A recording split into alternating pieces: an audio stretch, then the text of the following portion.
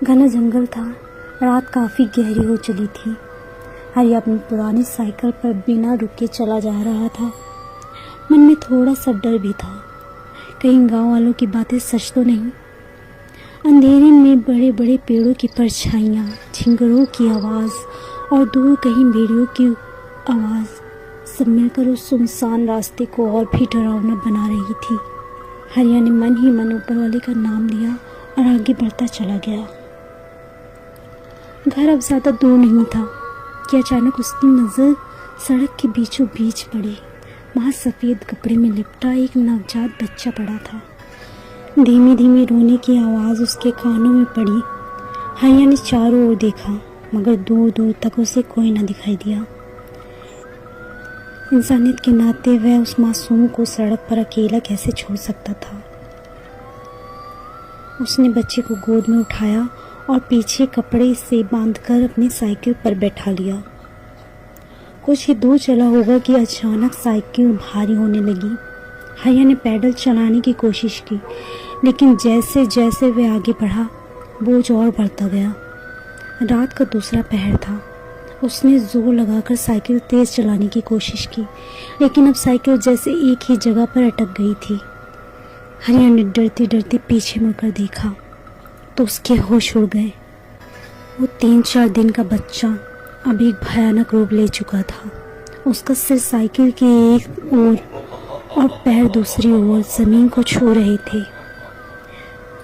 हरिया के हाथ पैर कांप गए।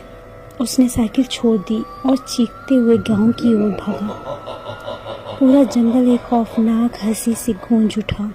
हरिया ने अपने कान बंद कर लिए और बिना पीछे देखे भागता चला गया।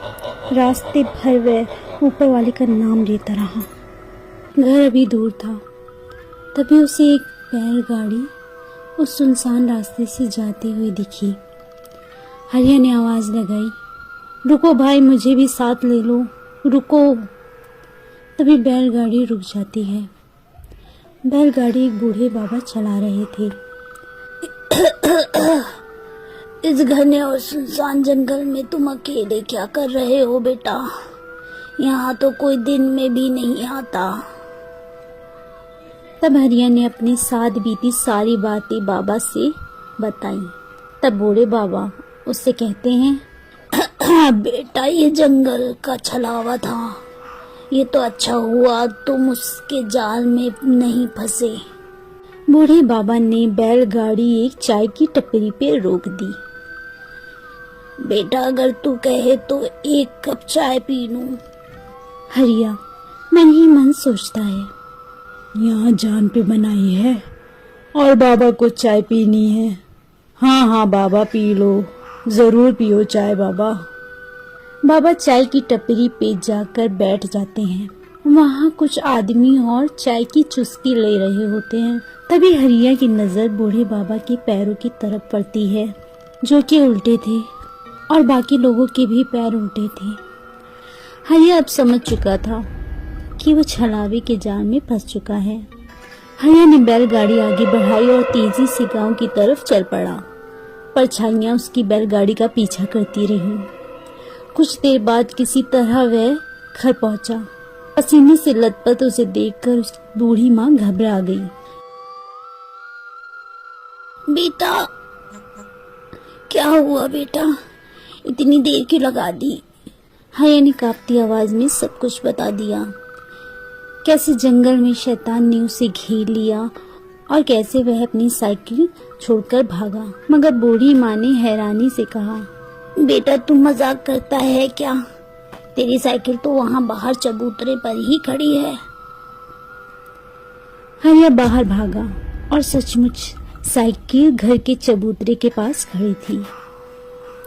पत्नी तुलसी ने खाना परोस दिया। बच्चे सो चुके थे, लेकिन हरिया को उस रात नींद नहीं आई।